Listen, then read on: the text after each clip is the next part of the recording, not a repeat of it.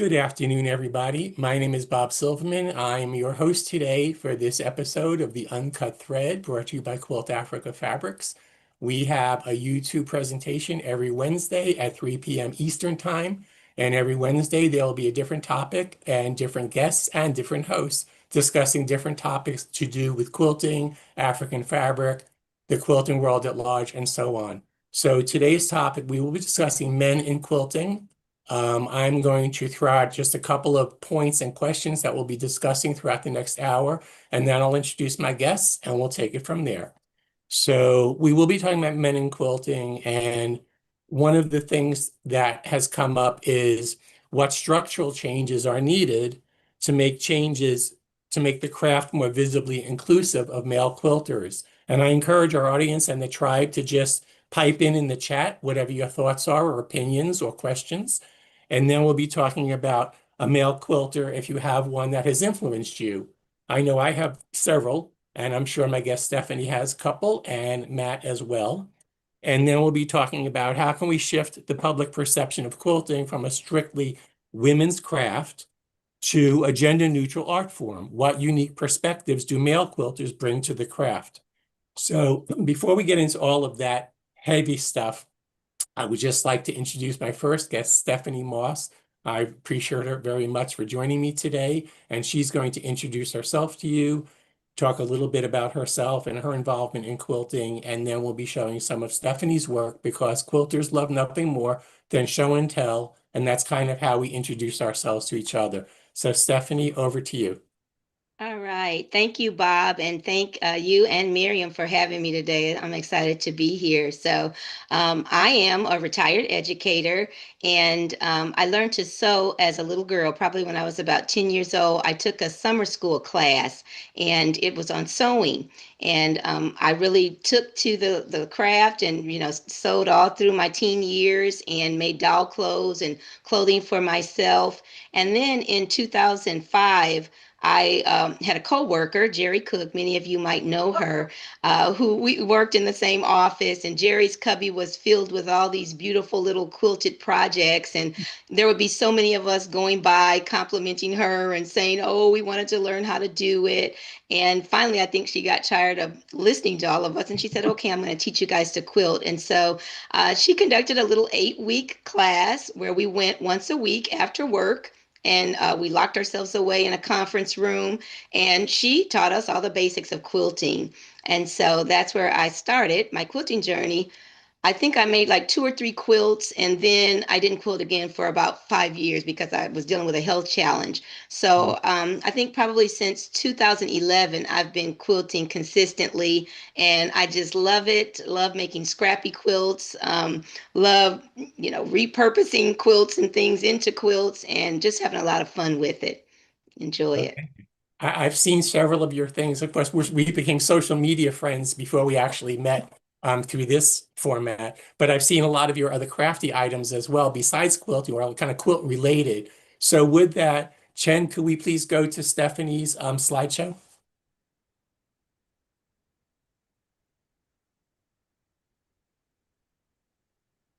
Okay, I guess she's pulling it up. Okay. Well, I'll just talk a little bit about my background, which a lot of you guys know is I started quilting about 30 years ago. It sort of took over my life, opened a quilt shop, continued to quilt, and I'm about 30 years in now. And okay, here we go.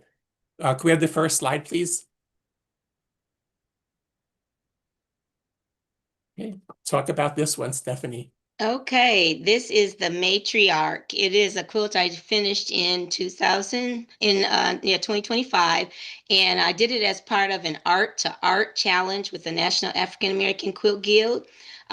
It was recently on exhibition at the Houston Museum of African American Culture, and the exhibition has recently moved to the Texas Quilt Museum in LaGrange, and it'll be there to the end of April. So just excited about this one. I tried something new, worked with an aspiring artist that I met on Instagram named Rita Barnes, and she allowed me to use her portrait or a painting that she had done, and then to remake it in a quilt, because that's what the challenge was all about, taking a painting, a picture, or something like that, and then reproducing it in fabric. And so here's my little matriarch. It was a lot of fun to But do. And it she's taught me I need to learn more about art, quilt portraiture. Well, I was going to say she's beautiful. I love the balance of color, bright and light and medium and dark and black and white. Just the whole balance of the composition is absolutely beautiful. So good job Well, on that thank one for you. sure. Yeah, and most of that fabric came from my stash. I always start in my stash pulling things. And so, I had some hand-dyed fabric already in my stash. Mhm. My brother had recently gone to Zambia and he brought back that African print. And I just said, hey, let's see what goes together, and pulled it together. Excellent. I think it turned out nicely. It turned out very beautiful. Thank And you you. have that sort of lime green chartreuse color on the jacket and then up on top as well. So it's a really nice balance. Yeah, thank Good, you. very good. Ready for the next slide? Next. All right, this one is called Spice is Nice. And I think this one shows how well the Ankara play along with the quilter's cotton. And Mhm. actually, I had cut out these great big, huge half square triangles, and I was going to make another quilt, but I kind of messed up with the colors. The other one was supposed to look dimensional, and when I put it together, it didn't. So I had to do something with those blocks. And so I just decided to make a simple half square triangle quilt. Ended up adding a little fancy little mitered border, and it's really a quilt that I love. I really like it. It, The picture doesn't do that quilt justice. It's a simple quilt, but it's eye catching. Pictures never do it enough justice. I love it. Spice is Nice is a good name for it. It's such a warm quilt, although you've got the cool turquoise color in there as a pop of color, but it's very warm and very beautiful. And I love the striped border. It's gorgeous. Thank you, thank you. Next slide, please. Okay, this is Autumn's Aura. I finished this one in 2025. It had been a UFO that had been sitting around for maybe 5 to 6 years, because I had put those main blocks together as something else. And then when I put it together, it didn't look right. And so I took it apart and pieced it back together. And these, I guess these are what, 16 patch or something, and added a few other things. And then got help from folks at a retreat to use a bright colored border, Mhm. and stuck that on there. And I really loved it. This has become my favorite quilt, the one that I'm cuddling up with right now throughout the winter. So glad how I, it turned out. I love it. I feel like sometimes the more fabrics, the better. And the border really ties it together. It gives it a place to rest and a place to showcase your blocks. Beautiful. Yeah, thank you. Yeah, Next. I started that one at making those blocks and things when I really was just starting to use the Ankara fabric. And so I Mhm. didn't really know what I was doing with it. I really didn't know how to cut it, what went together, and all of that. But I think, I fixed my little problem well, and it put it together I agree into at something beautiful. 100%. 100%. Next slide, please. There we go. Okay, and thank you for allowing me to show this. You know that probably 50% of my time is spent doing craftsy things and things like this, even on top of making the quilts. And so this is one of my latest things that I did back in December. I was asked by my guild to upcycle a jean jacket using Ankara fabrics. And this jacket will be sold in our boutique at our upcoming show at the end of February. And so, since I've sent the picture in, I have decided to add bling to the jacket. And so, I have just a little bit more to add to the back. And basically, I did some fussy cutting and infused those flowers on. And now I'm adding bling, and I am really, really delighted with how it turned out. Just such a fun little thing to do. Did you fuse the flowers down and then applique them down on top of that? Yes, I did. I just felt I didn't want it to come apart later on. And Right. so I felt, okay, I'm going to do a little bit of sewing around the edge, just kind Well, of raw edge. what's great, somebody's going to definitely get a one of a kind jacket and love it. So that then you'll have to probably make more because there'll be demand. I It's beautiful. already said I'm going to make more. I have to make myself one. Absolutely. I Absolutely. love it. I just love it so much. So, Isn't yeah. that funny how we do ourselves last? But yeah, Yep, it's yep. But beautiful. I'll be making more of those in 2026. Well, thank you. Thank you for showing your work. And let's go. Shane, could we go to my slideshow now, please?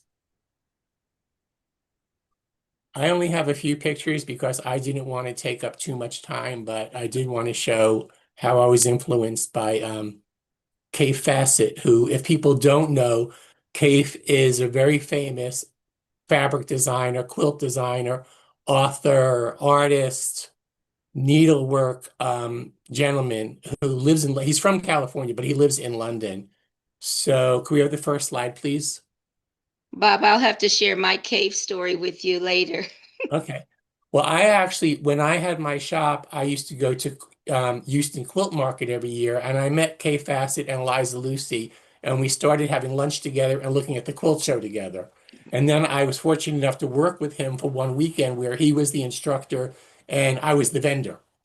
So what I learned from him and how I was influenced by him is I love large scale, colorful prints. And he was telling the audience that he had there, when you see a bolt of fabric, whatever color it reads to you, just use it as that color. Don't worry about if it's a big floral or a stripe or a dot. So I decided to make a very traditional log cabin quilt. They don't become they don't there's not more tradition than that. And it's all K-facet fabric, and all I did was separate the cool and the hot colors, and then I did the green inner border just to have some place to stop everything. But it is one of my favorite quilts because at the time when I made this, that was about 25, 27 years ago, people thought it was kind of out there because in America, especially, people were using very traditional calicos, thimbleberries, Lynette Jensen, little Dane, dark. And I came up with this. So this was fun for me and very much influenced by Kay Fassett. Next Beautiful. slide, please. So this one, where I progressed to in my maximalism land, this was actually a quilt where I also started using Ankara fabrics mixed with other fabrics. And for a while, I was just into making braids with animal print and Ankara and whatever looked good to me. And I would make these braids over and over. And then I would just insert them in a quilt. So there was never a plan for them. It was just something for me to do to relax. And this was for my best friend's mother's best friend. She said, I want you to make a quilt for my best friend for her birthday. And I said, well, I don't really do that. I don't really do commissions or anything like that anymore. But then I did it because what's my best friend's mother's best friend. So I felt like I needed to do that. But this was one of my first forays into really thinking about how to incorporate Ankara into a quilt. Next slide, please. And last, I had to show this one because I was fortunate to get some indigenous fabrics from Miriam that weren't particularly commercially available, that she had managed to procure, and I managed to buy some. So I wanted to feature them in the stripes. The red and the green fabrics are the indigenous fabrics, and I didn't want to break them up too much. Again, like yours, this is not really that great a picture, but in person, you can really see how they work with the colors that I pulled out from them. And then I added in other fabrics like you do, Stephanie, from my stash. So I think that was my last picture. And now we can get on to a Beautiful. discussion of male quilters. So Lovely what quilts. I'd like to do is read my little thing I pulled up just as a little bit. I have to open my screen again, excuse me. Um, on male quilters. A little history, a little background. If my screen would decide to open. There we go. Bear with me one moment, please. So I'll just read this and then we'll get right into it. Male quilters have a long history, starting with the professional guilds in medieval Europe making armor through 19th century soldiers quilting with uniform scraps, convalescent quilts, what they were called, to modern male artists embracing it as an art form for various reasons like competition, commerce, or artistic expression, challenging quilting's traditional association with domesticity and finding unique opportunities in the field. Historical roles and early examples are men in guilds like the one in Bruges, 1293, created quilted garments for armor and trade. The reason they had quilted garments is if you were wearing your armor and somebody shot an arrow and it got through, the quilted armor was their version of a bulletproof vest. So that helped protect them from the arrow. Military quilting soldiers during 19th century conflicts made intricate quilts from uniform scraps, often as therapy or just to pass the time. Professional makers, figures like Joe Headley, 1750 to 1826, were known for inventive quilting designs. Modern resurgence and artistic expression. There was a post-1970s boom. There was a new interest in quilting around the 1976 bicentennial America. Unique perspectives. Male quilters often bring unique aesthetics. Challenging stereotypes, expressions like man-made highlighted how men use quilting to explore masculinity and new artistic paradigms. And influential figures, artists like Michael Cummings, Joe Cunningham, and Ricky Timms have become prominent figures. Many men make it a second career after retirement. Men use quilting, as women do, as an artistic medium. And community and tokenism. While sometimes experiencing tokenization, attention due to gender, male quilters also find unique opportunities and a supportive community, challenging the craft's sisterhood perception. And I will just say that my experience with that, when I joined a quilt guild when I lived in New York State, there was about 55 women and my partner and I. And it was a little daunting going in because I was also a new quilter and we were welcomed with open arms. And it was just like, oh, I guess you're all my new sisters now. And for me, it's been like that ever since I've started quilting. I don't know other men's experiences, but that's been mine. In terms of what structural changes are needed to make the craft more readily inclusive of male quilters, I don't know, what your thoughts on that, Stephanie? Okay, before I go there, I want to say I was kind of like you when I started thinking about males in quilting. I was just like, okay, that's something I really haven't given any in-depth thought to. Mhm. And just, I belong to a guild that has like about 200 people in it, and about 120 or 30 will come to each meeting.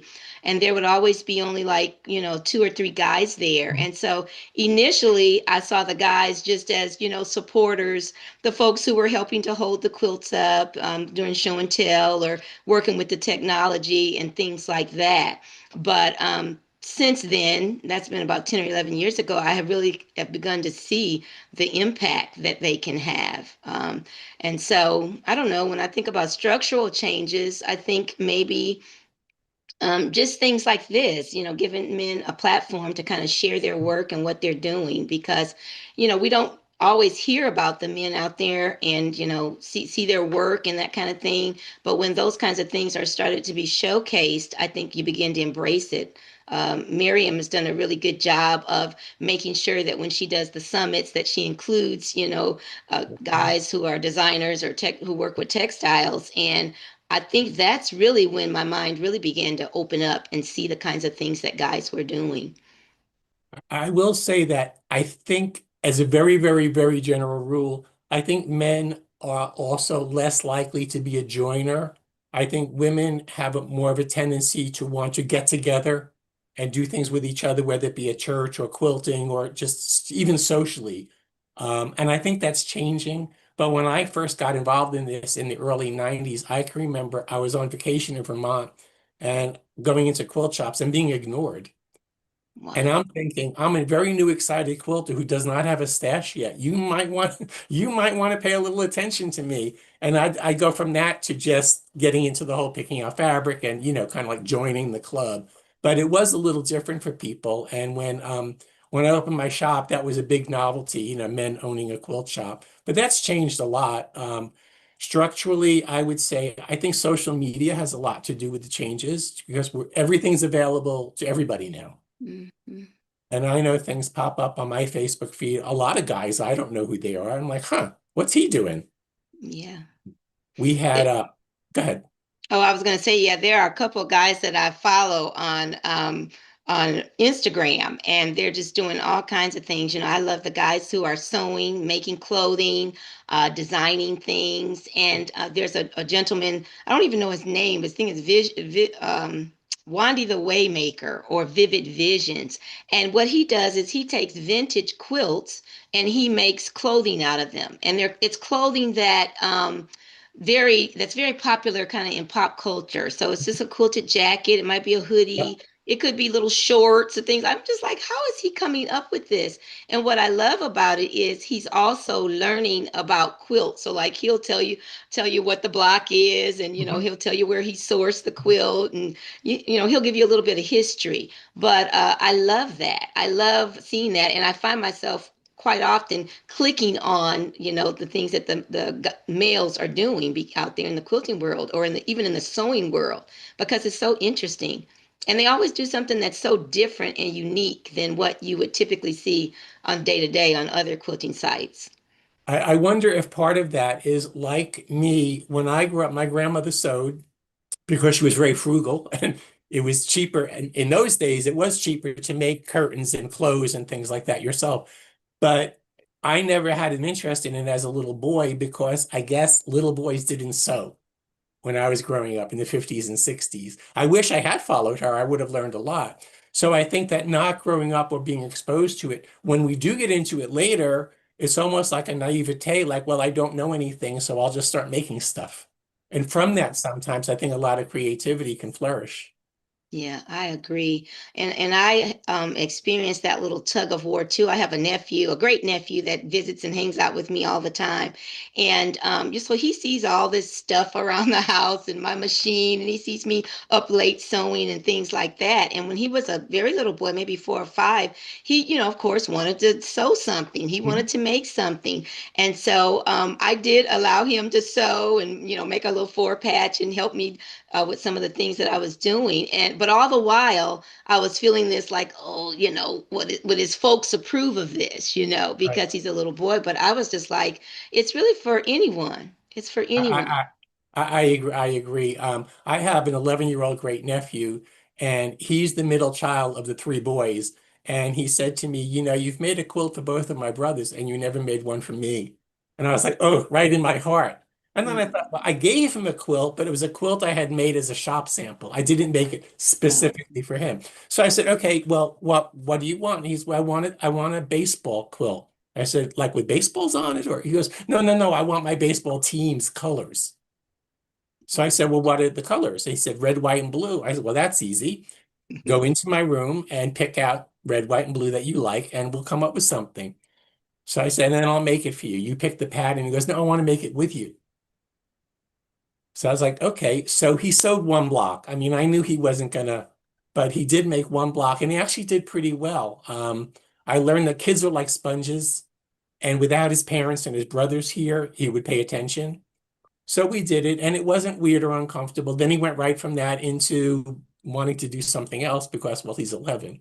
But I felt good about it. I don't know what his parents think, but I don't think there's any stigma these days, mm, honestly. Girls coding, boys making quilts. I think younger people have an easier time with all that, certainly than I did I growing up. agree. There were certain things that definitely boys did and things that girls did. So I think maybe it's a generational change. I don't know that, like from where I am or where you are, what we could change structurally. Um, and I'll be honest, I don't know.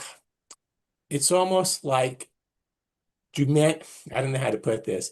Men definitely have a place in the world of quilting, but we don't have to be the be all and end all. Women have been doing this forever.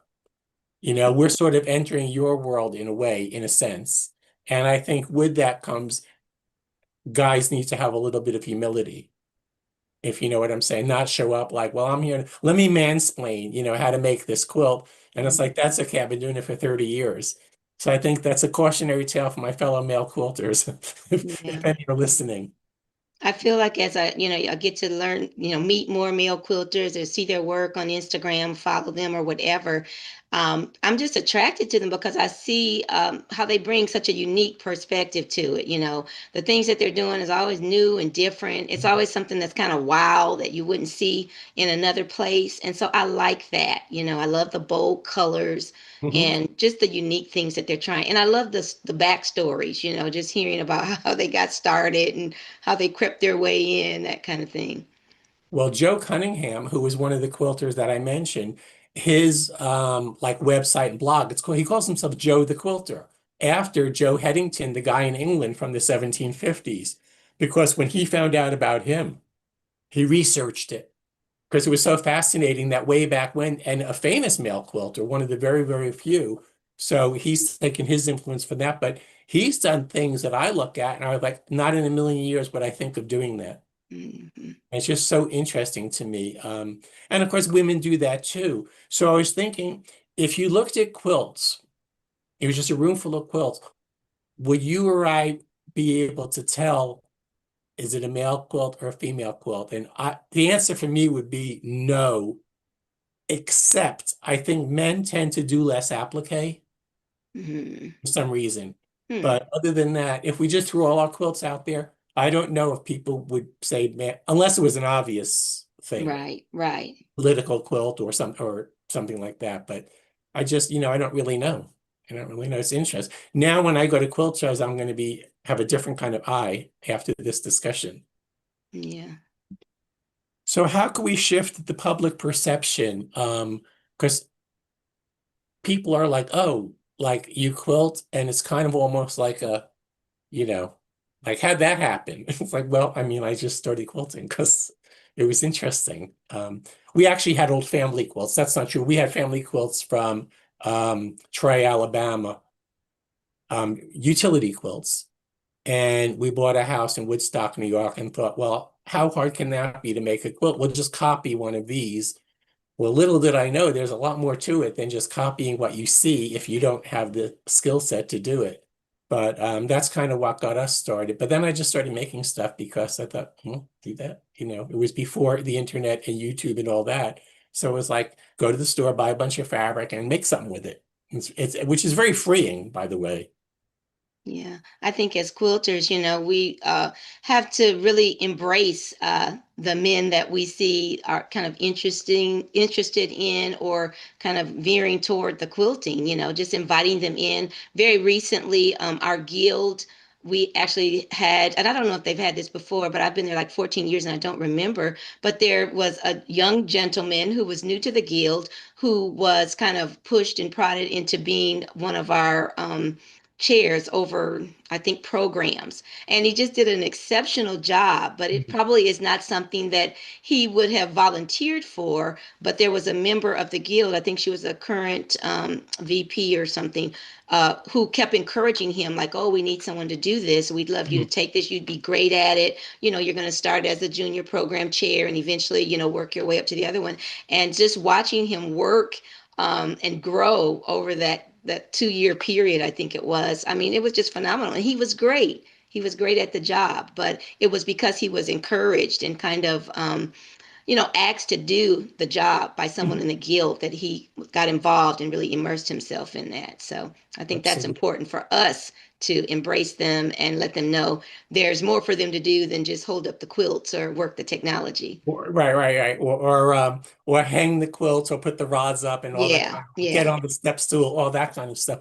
When we opened our quilt shop in Woodstock, New York, I was nervous about teaching. Obviously, we had to teach classes because, well, that's what you do when you have a quilt shop.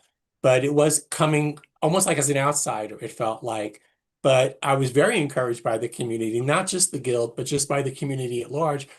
It was like, if you have the knowledge to teach a class, that's all we care about. We don't care if you're a male or female. We want to learn how to paper piece or, hand quilt, whatever it was. And so that really encouraged me to be braver. Now, I will say sometimes I learned the technique a week before I was teaching it. Because like, well, the class is on the schedule. I guess I need to learn how to do this now. So there was that, like I said before, that kind of naivete where it's like, well, let's just do that. And it was great fun.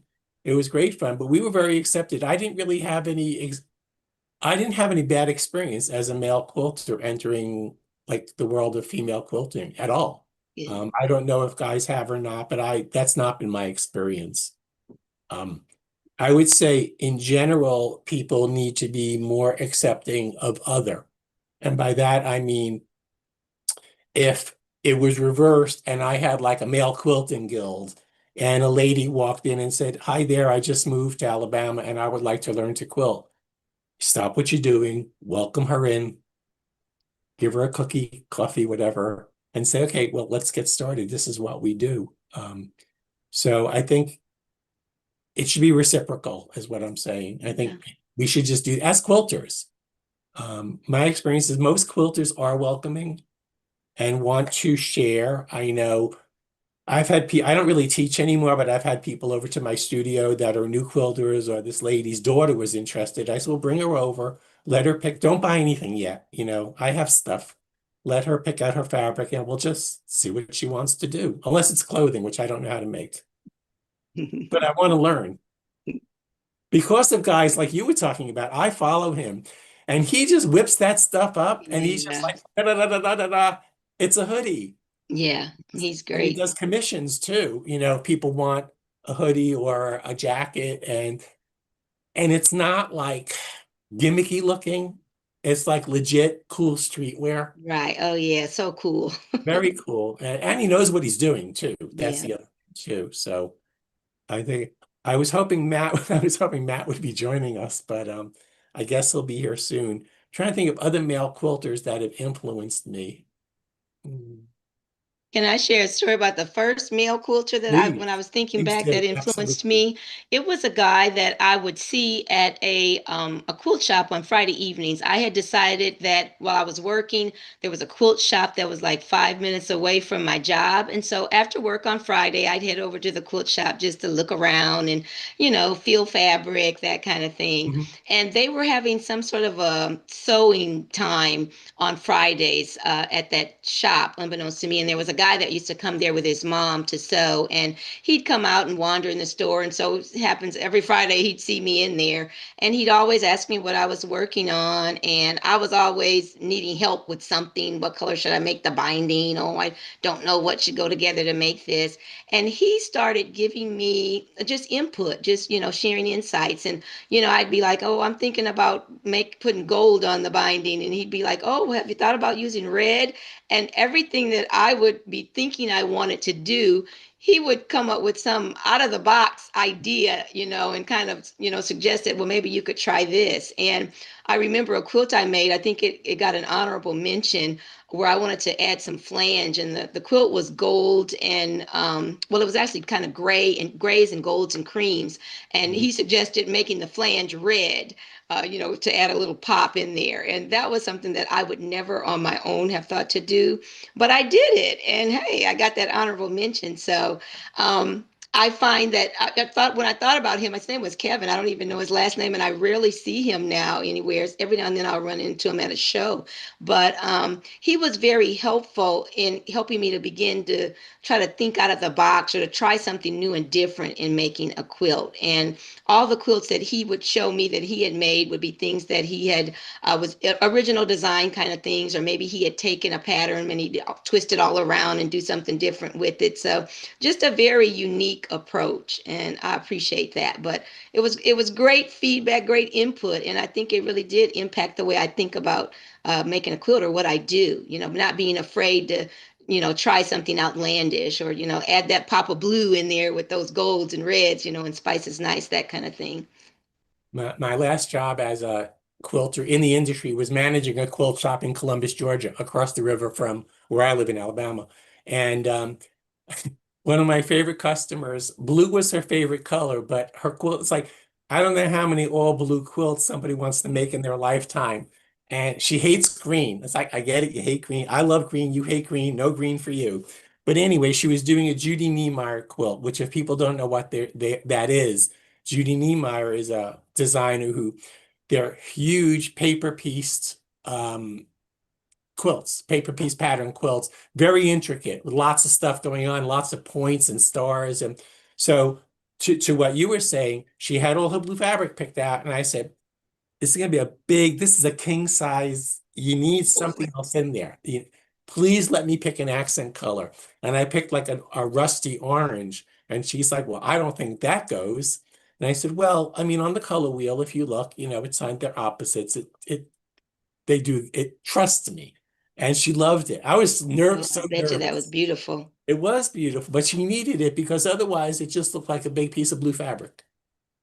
Yeah. And that's like that. So what you were saying, that's what I got to do at the store a lot. And it was one of my favorite things to do. And they were like, well, like, where did you learn this? I'm like, I didn't learn anything. This is intuitive. Again, because I kind of was dumb and said, well, I'm just going to start quilting. I didn't have anything holding me back. I didn't know there was rules. And I remember hearing about them when I joined the guild, people would say things like, well, you can't mix batiks with cottons. And I was like, Says well, who? why, if they're all cotton, why can't you mix them? Like, well, you don't do that. But nobody ever told me why they didn't do it. Another one was, you're using too much yellow in that quilt because yellow is so bright. And it's like, but I like bright colors. You can't really see it, but there's a quilt behind me where it's all yellows and oranges that don't go together because I thought it'd be a fun project to just do and just throw stuff in that I liked, regardless of, whatever the so-called rule is. So I do think men maybe are a little bit freer than that. Also, a lot of men I've met throughout my quilting world do this when they retire, and a lot of them were engineers, which I find very interesting. They have that. I don't have that mind. I have the I like the color, let's put it in a quilt mind. They have the, if I cut these this way and then fit them together this way, and then it will form a Bethlehem star, which will float on a something or other. And I'm like, wow, dude, I don't even know. That's way too much math for me, first of all. But it's like that woodworking mind or the engineering mind where a lot of men come into it from that. And I've also met guys, now that I'm thinking of it, that got into quilting because they were helping their wives. Hmm. They would watch her cut and he'd be like, just give that to me. I'll cut it. So the husband would do the cutting and the wife would do the quilting, which was nice because they got to do something together. And then he would make a quilt. And I met not tons, but a few men that have gotten into quilting that way as well. So yeah, You. Are you familiar with Zach Foster and his Quilty Nook? I know the name. Okay, well, that is a community that I joined last year, and what interested me, I think he was advertising a class where you were going to learn to make fabric beads, and of course, as a crafty person, that interested me. But I ended up, you had to join the little community in order to take the class, and I just decided to stay in there. Sure. But it is such a unique. Quilting community.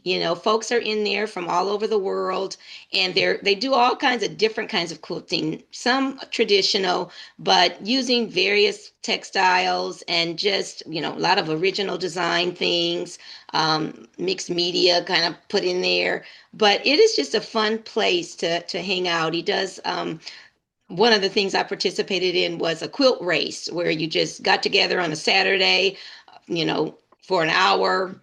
Class starts, he tells you, Mhm. go get this, go get that, go get this, and then you make a quilt in this, just using these five little things or whatever. But it's just so much fun. And for me, it's like a different approach to quilting.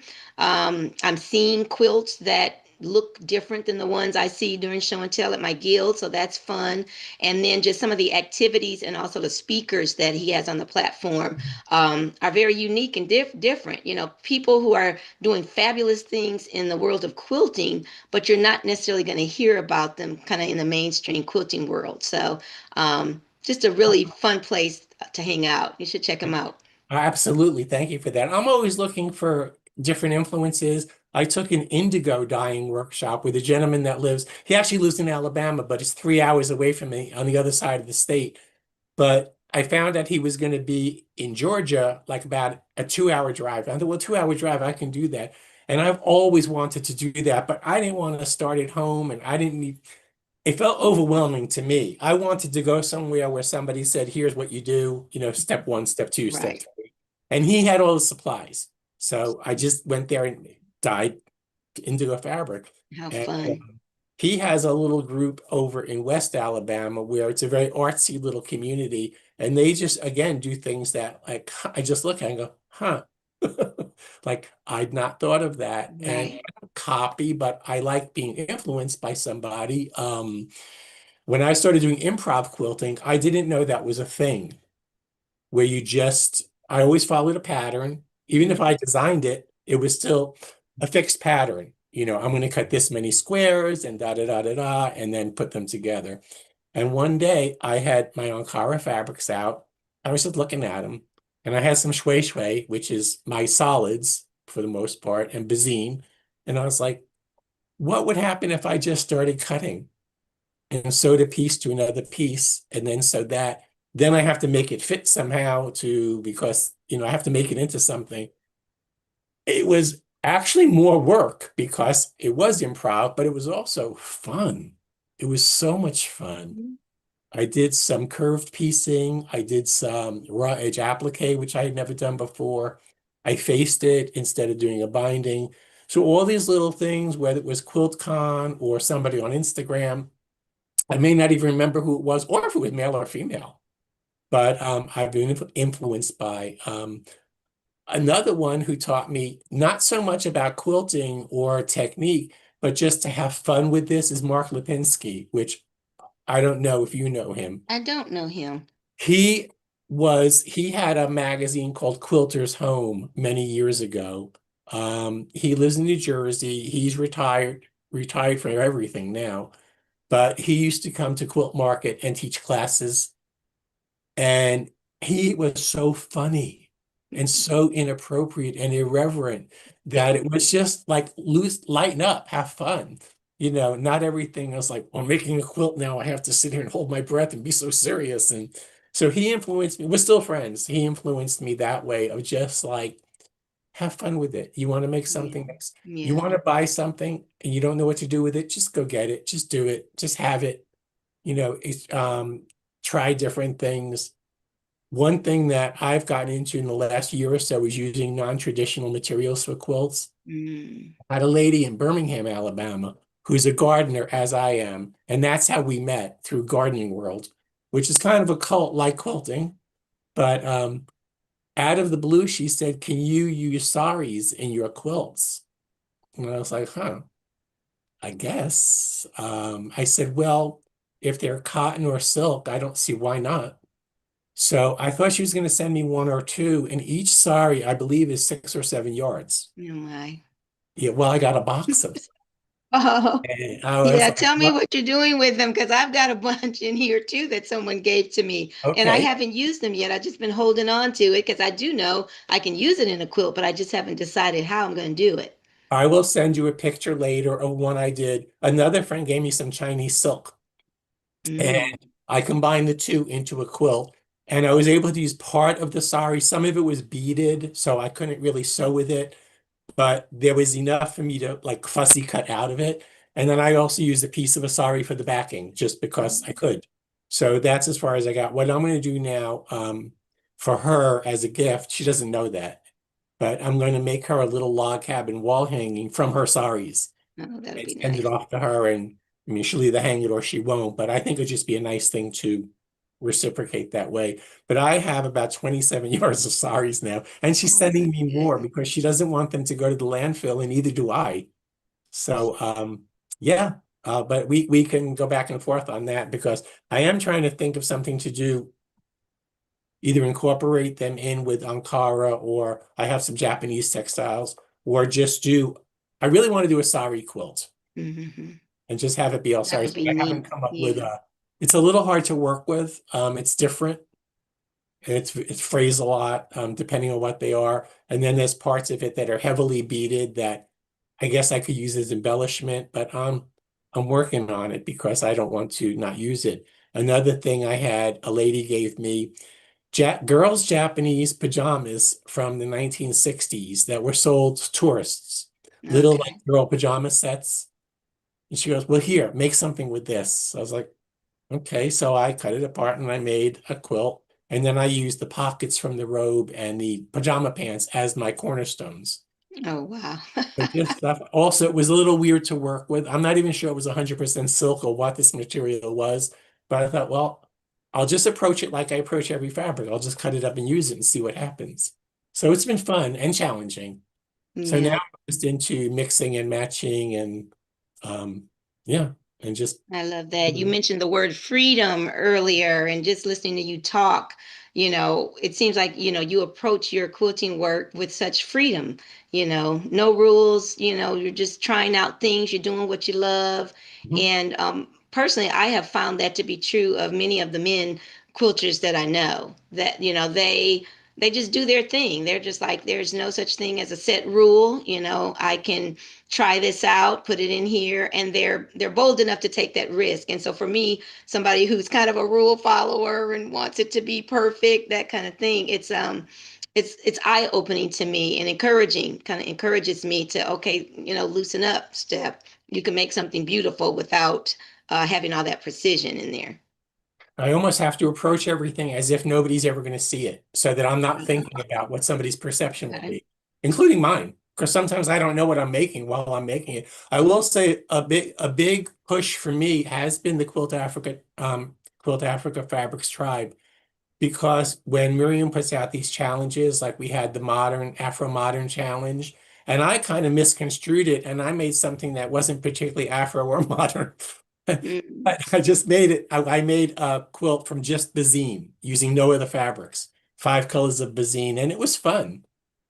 So I didn't really meet the requirement per se, but I still had fun doing it. And it's not something I would have done if it wasn't a challenge. right, You right. know, that's Challenges really do help you get out of the box. And I think, yeah, absolutely. I've been enjoying a lot of challenges with the National African American Quilt Guild, Yeah. and been very helpful. And I mean, I never would have made that matriarch quilt if it had not been for that challenge. And that really stretched me, helped me to learn some new things. And I like the product, helped me to see that, oh, I kind of like applique, and Yeah. I need to learn more about, quilt portraiture. Right. So, I haven't gone into that yet. I'm a little afraid of it. So I haven't gone near it yet at all. But that's something definitely on I have a list. I literally have a list on my phone of things of things I want to do. I don't know how many of them I'll get to, but I'm always afraid like I'll forget. right. I want to do a landscape quilt. There's a lot of things I want to do in with my own interpretation of it. But right now I'm so into the Ankara fabrics that I have them, I love them, I'm cutting them up, I'm using them. I like to pick out like you did, like which tonal from my stash looks good with this Ankara. Maybe this Bazine looks good with it. And Mhm. excuse me, just mix it in that way. But I'm always looking for there's a basket I want to make that's kind of like it's kind of woven and sewn, and then but I bought all these buttons, all these animal Mhm. print buttons that I've yet to do anything with. But I was in a shop in Dothan, Alabama, and they had animal print buttons, so I thought, well, I need those for something someday, right? You did need those. I did need those, and I will use them for something someday, I think. Mhm. But yeah, I like that. And just buying animal print and saying, now I need all the animal prints because I might need black and white, I might need cheetah or whatever the net. In fact, one of our Quilt Africa sisters made something with cheetah fabric, and I was looking, I said, I have a lot of that fabric because I have a tendency when I travel to go to quilt shops and I may buy the same fabric 2 or 3 times because I like it, but not knowing that I have it already. Mhm. So I had had a lot of it. So I sent her some, and then she sent me some mug rugs that she made. I love stuff like that. Just Yeah, a sharing lot of and fun. ideas Hmm. and influencing each other. So coming back to, I mean, I don't know. I would like to think that the world of quilting at this point is gender neutral. Um, I mean, I haven't had an experience where it's not, honestly. Um, I have contributed to a couple of male quilting shows.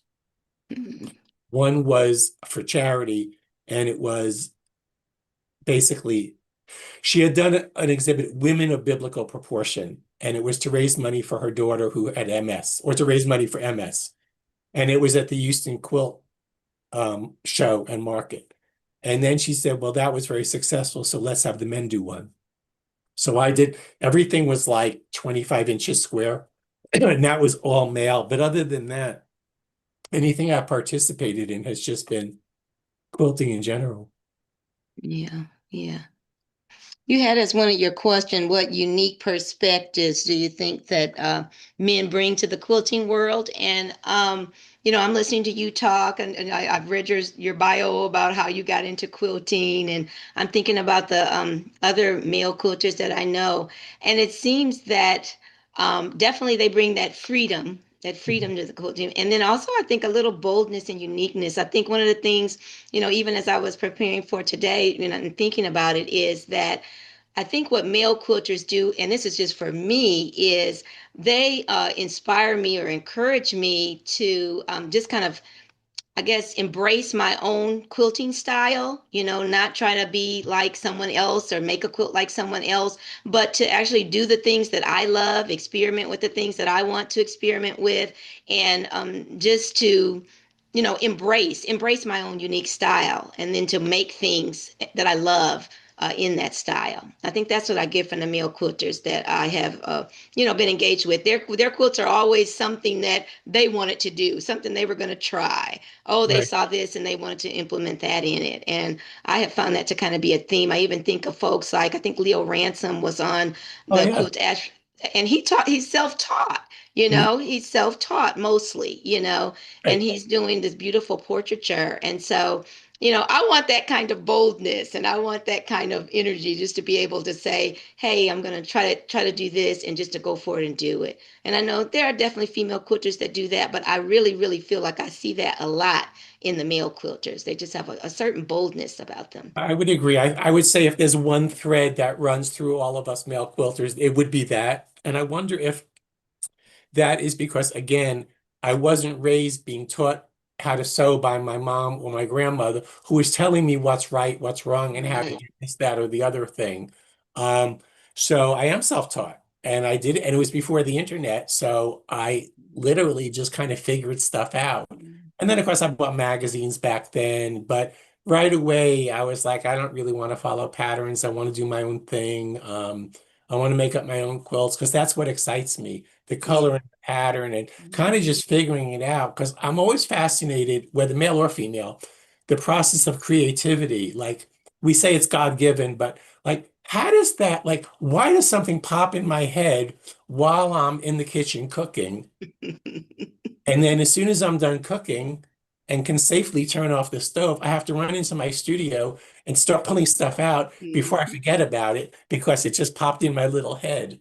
And so I do think that there is a little bit more bravery, maybe. Again, the naivete of being, most of us are self-taught. Some men learn from their family, most did not. Um, and I think I'll just say from my generation, boys were brought up with more confidence Mhm. in general. And I hated that that's the way it was. But as a general rule, boys would definitely try. You're going to go out into the world. You're going to make a living. You can do anything. You can be president. And Mhm. I don't know that from my generation of girls that that was the case. Of course, there was exceptions, but just as a very, very general kind of thing. So I think coming into quilting, kind of like with other things I've done, where I didn't really know anything, I just kind of started because I wanted to and didn't have anything holding me back. Like there was no little voice in the back of my head saying, huh, maybe, you shouldn't do that. I was like, Mhm. oh, why not? You know? So I Yeah. think, and I appreciate hearing your perspective of it from your experience with male quilters. Yeah. I So think in a general sense too, just having more males in the quilting community, to me it adds to the diversity. And like I'm in a guild. My guild has, I think, 280 people in it, and maybe four African Americans. And so it's sort of that same thing. You're feeling like, okay, am I supposed to be here? But I just love what happens when we put our minds together. And I think diverse groups are just so important. And so having some men in there, and more people of color, I just think that'd be beautiful. That would be a great thing for the quilting world. I agree. Actually, for the world in general, I would Yeah. say. I remember when I belonged to my guild, we had two African American women and two men, and we sort of gravitated. We were like the diversity table. We're like, come on, sit at the diversity table, because we're kind of it. Yeah. And I mean, yeah, I would like to see that in the world. I think honestly, I think the Modern Quilt Guild does a good job of that. It's very diverse. I was the few shows I've been to since I've become a member, I was like, this is how it should be. Just Yeah. people doing, just everybody from everywhere, bringing whatever their special thing is, whether as a vendor or an exhibitor or a teacher. We went to a couple of lectures, just because I wanted to learn. It's like these are things. When I went to Gee's Bend and I went to the airing of the quilts, I wanted to go there. I wanted to go to the source. I wanted to see the quilts. I wanted to meet the ladies because this is part of our quilting history that everybody knows now, Yeah. but that was not true not that long ago. It was a forgotten, not credited, not acknowledged thing. Hmm. So I agree with you. I can't imagine how more diversity could hurt anything. Right. Right. But in quilting world, it is very, very interesting to see. We're actually almost out of time. I guess Matt's not going to be able to join us today, so I'm sad for that. But I'm trying to think if there's other male quilters that I can think of that have influenced. Well, Ricky Timms, he does the quilt show with Alex Anderson. They do a good job on that. And yeah, I think that's about it. So I was looking in the chat. I don't see either, it's not in the chat or I'm not seeing it, but I don't see any questions in the chat from anybody. Let me just check. Yeah, no, there's nothing in the chat. So I guess if there's nothing else, we can wrap it up, Miss Stephanie. Okay. Well, it Okay, was I sure do fun appreciate you being chatting here with you tonight. today. Yeah. Yes, we'll have to get together on the sorry quilts, and so neither Most one of us feel definitely. sorry Yeah, I about got them. to use up all those things. See what we can come up with, okay? All righty. I'd like to thank everybody for joining us today, and next Wednesday will be another host, another topic, 3 p.m. Eastern, here at the Uncut Thread from Quilt Africa Fabrics. So thank you, everybody, and have a great day. Thanks, Bob. Bye-bye.